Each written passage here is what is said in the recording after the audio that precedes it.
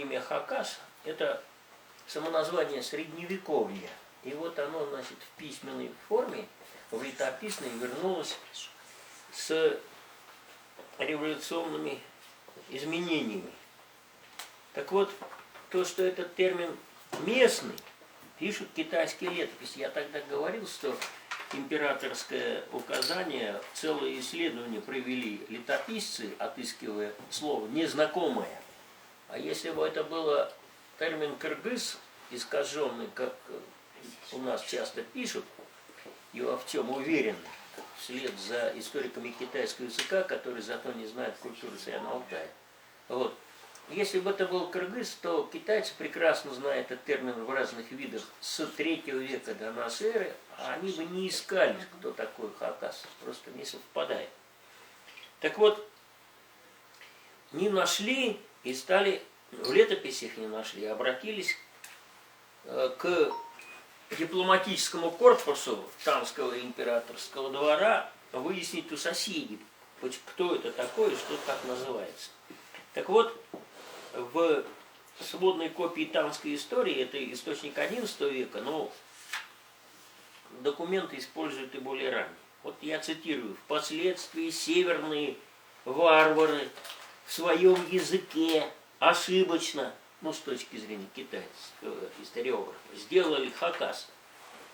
Вот. И объясняли тем, что уйгуры, говоря о них, как бы называют их желто-краснолицами. Но тут же, в другом источнике, это X века, хронист указывает, спрашивали у переводчиков, и те сказали, что хягя, такая там транскрипция, имеет значение желтая голова или красное лицо. И, видимо, уйгуры называют их так, опять это же.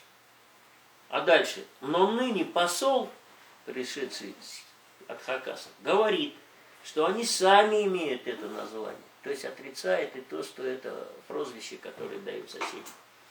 Дальше хронист, будучи честным человеком, пишет: не знаю, что правильно. Но посол говорил, что сами. Вот. И вот это исследование китайское, оно в 843 году было произведено, когда пришло посольство из древнехакасского государства после долгого перерыва. И в повествовании о 4 иноземцах, тоже X век, написано: так как не все ясно было в измененных именах, то было императором повелено справиться в книге, вот это о 4 иноземцах, составленной таким-то автором, там оказалось записано имя Сиагасы. Так вот, это я то, что вот летописи просто в прошлый раз не приводил. Совершенно понятно, что термин местного происхождения, остальное мы вроде бы разбирали по этому поводу. Остается нам уяснить одно обстоятельство, что этот термин означал тогда. Но вот история народа, она естественным образом отражается в его самоназваниях. Средневековый термин древний Хакасы не мог означать то же самое, что означает сейчас. Потому что опять по китайским же источникам говорится о том, что это многоязыкое население. К этому мы вернемся немножко погодя, когда будем говорить о становлении государственности. То есть это пестрое население, и термин имел такое объединяющее, ну если хотите, политическое значение. Но есть еще, значит, в общем, это такое обобщенное или общее имя, слагавшееся с 6 по 12 век, по источникам судя, вот в этот период ранний, какой-то слагавшейся народности Саяно-Алтайской.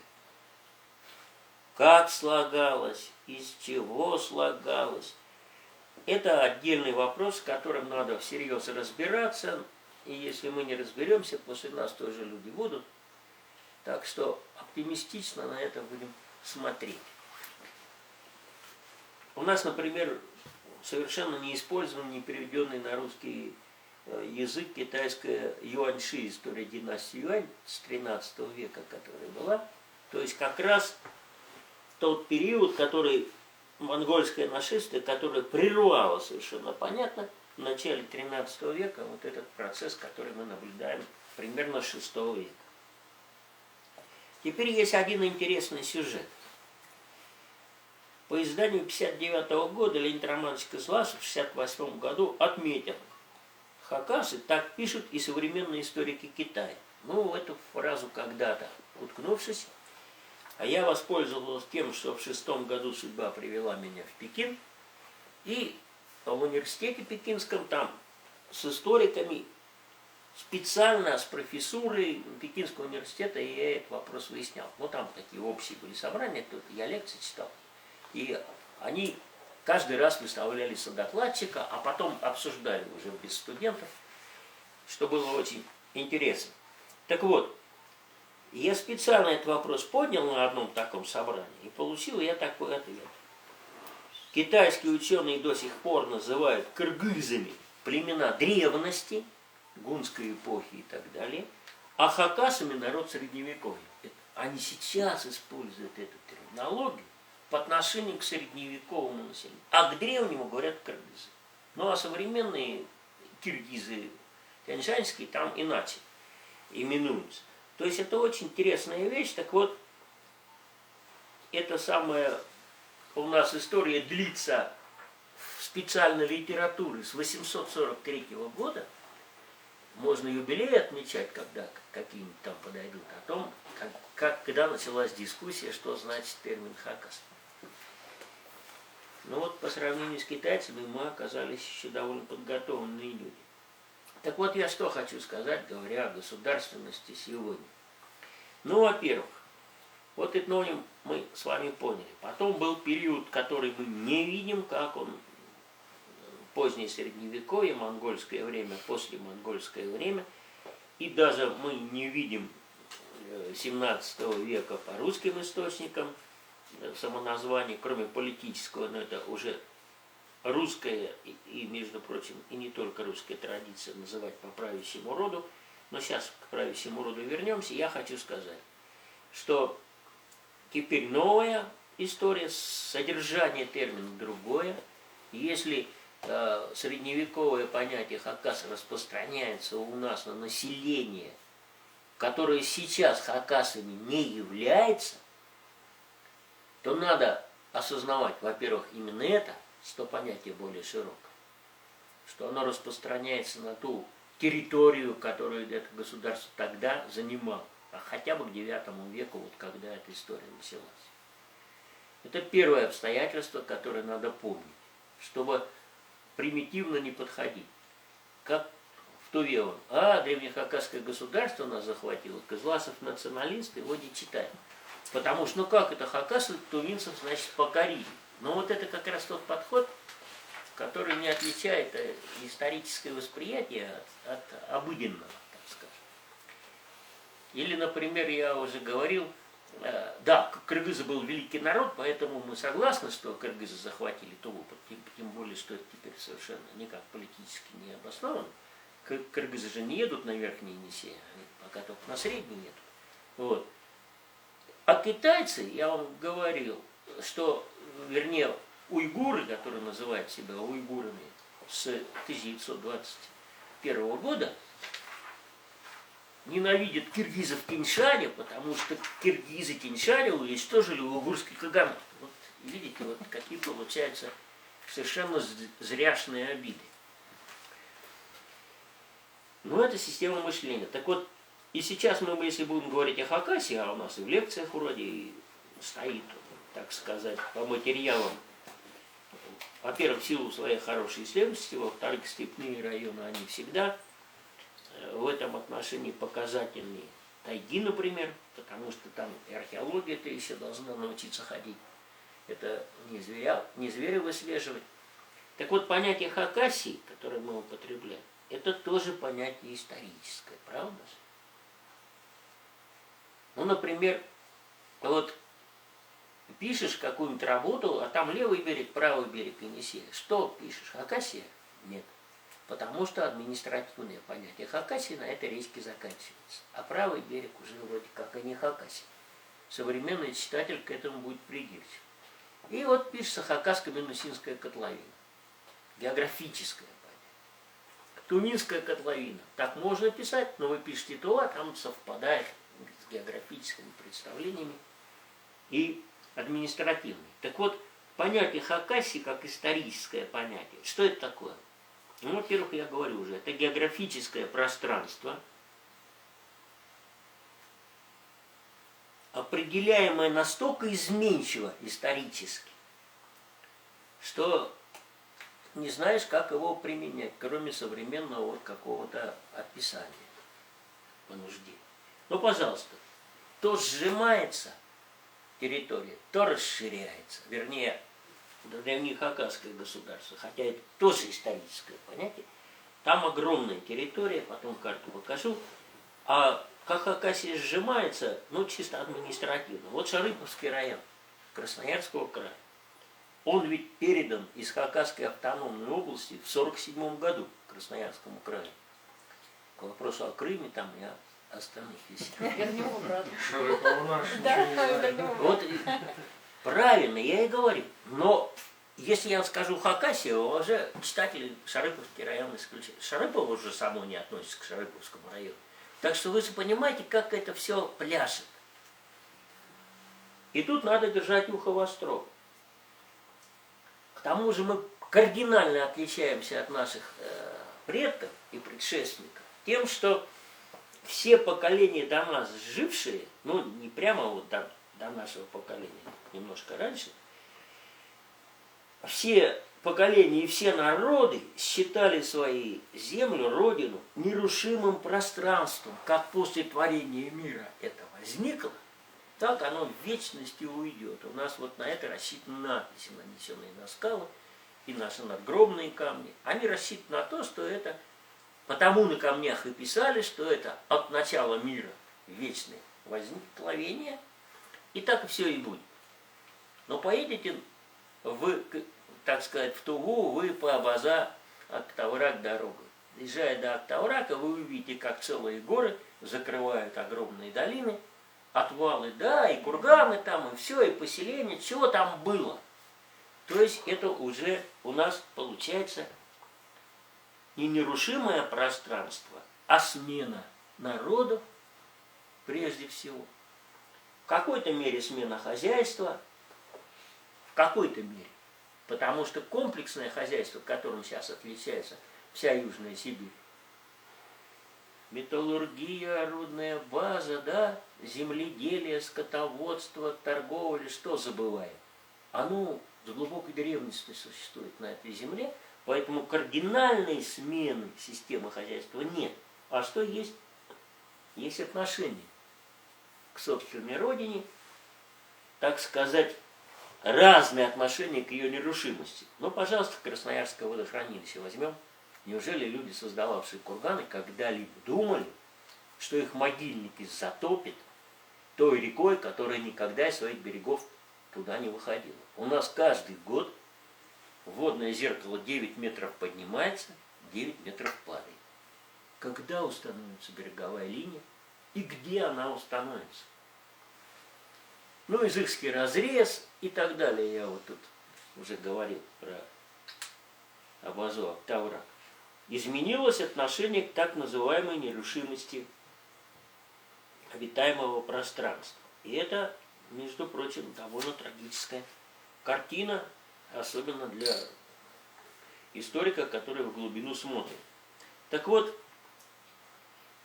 теперь я хочу сказать о следующем. Вот говоря о традициях государства.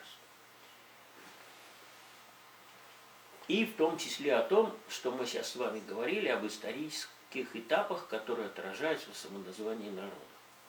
Вот роль государства в консолидации народа всегда чрезвычайно высока, она, наверное, просто и является главным фактором консолидации, вот так сказать, национальной консолидации населения. Будь то раннее Средневековье, будь то гунская эпоха, всякий раз, когда мы видим государство, оно способствует консолидации. Но одна консолидация происходила с этим государством, которое в китайских летописях Динлинго, то есть до появления тюркоязычного населения.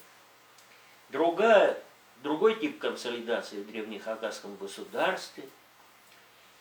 Советская власть. Да, кстати, если возьмем так называемый царский режим, то тут не консолидация, а наоборот расчленение происходит.